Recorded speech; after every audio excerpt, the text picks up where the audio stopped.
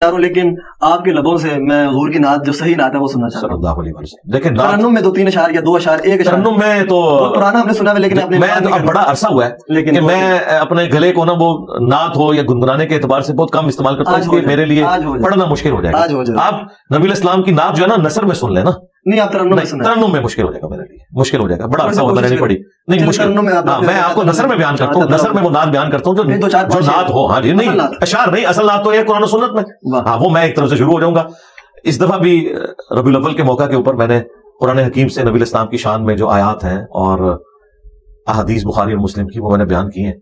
میرے نزدیک قرآن حکیم میں رسول اللہ صلی اللہ علیہ وآلہ وسلم کی شان میں جو سب سے آپ کہہ لیں ٹاپ کے اوپر آیت ہے نا وہ ہے ان اللہ وملائکتہ یصلون علی النبی یا ایھا الذین آمنوا صلوا علیہ وسلموا تسلیما اللہم صل علی محمد وعلی آل محمد.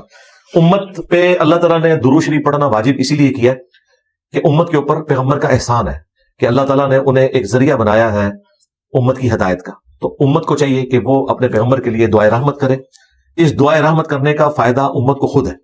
صحیح مسلم میں حدیث ہے جو مجھ پر 1 دفعہ درود شریف پڑھے گا اللہ تعالیٰ اس پہ 10 دفعہ رحمتیں نازل فرمائے گا. یہ حدیث سنن نسائی میں ہے، اس میں آگے بھی الفاظ ہیں کہ اللہ تعالیٰ اس کے 10 گناہ بھی معاف کر دے گا، اس کے 10 درجات بلند کرے گا، اسے 10 نیکیاں ملے گا.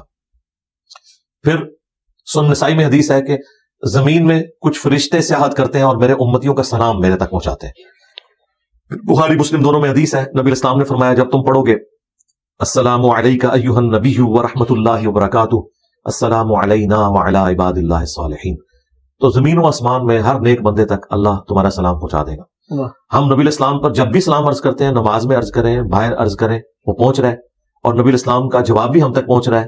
اللہ تعالیٰ کے حضور وہ ہمارے لیے دعا کرتے ہیں، اللہ تعالیٰ کی طرف سے آٹومیٹیکلی رحمتیں ہم پر نازل ہوتی ہیں. تو نبی الاسلام کی شان اگر آپ آیات کی شکل میں شروع کریں، عقیدہ شفاعت نہیں، شاعری کے ساتھ میرا سچ کوئی شغف نہیں. آپ مجھے دیکھیں گے میں کبھی بھی شعر نہیں پڑھتا، جو پڑھتا بھی ہوں وہ بھی ٹوٹے پھوٹے پڑھتا ہوں. ہاں یہ جو سلوگنز ہیں، یہ رڈز ہیں، یہ میں پڑھتا ہوں. تو یہ آج کے دور میں جو سب سے بہترین شاعری ہے نا نبی الاسلام کی شان میں وہ یہ ہے، نبی کے جیسا ہے ہی کوئی نہیں، بابت شاہی کوئی نہیں، یعنی رسول اللہ کے مقابلے پہ.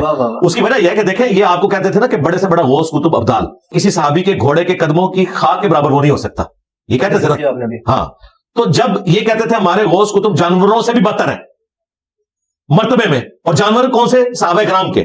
تو میں تو کہہ رہا ہوں نبی کے جیسا ہے ہی کوئی نہیں، بابت شاہی کوئی نہیں. کیوں؟ نبی الاسلام کے مقابلے پہ انہوں نے بابوں کی تعلیمات کو کھڑا کیا ہے. ہم کہتے ہیں نبی الاسلام کو اپنا آئیڈیل مانے، وہ ہمارے امام ہیں دنیا اور آخرت میں. قیامت کے دن انہی کے ہاتھ پہ شفاعت کا دروازہ کھلنا ہے. ان بابوں کو بچاتے بچاتے یہ نہ ہو کہ رسول اللہ کی شفاعت سے محروم ہو جائے.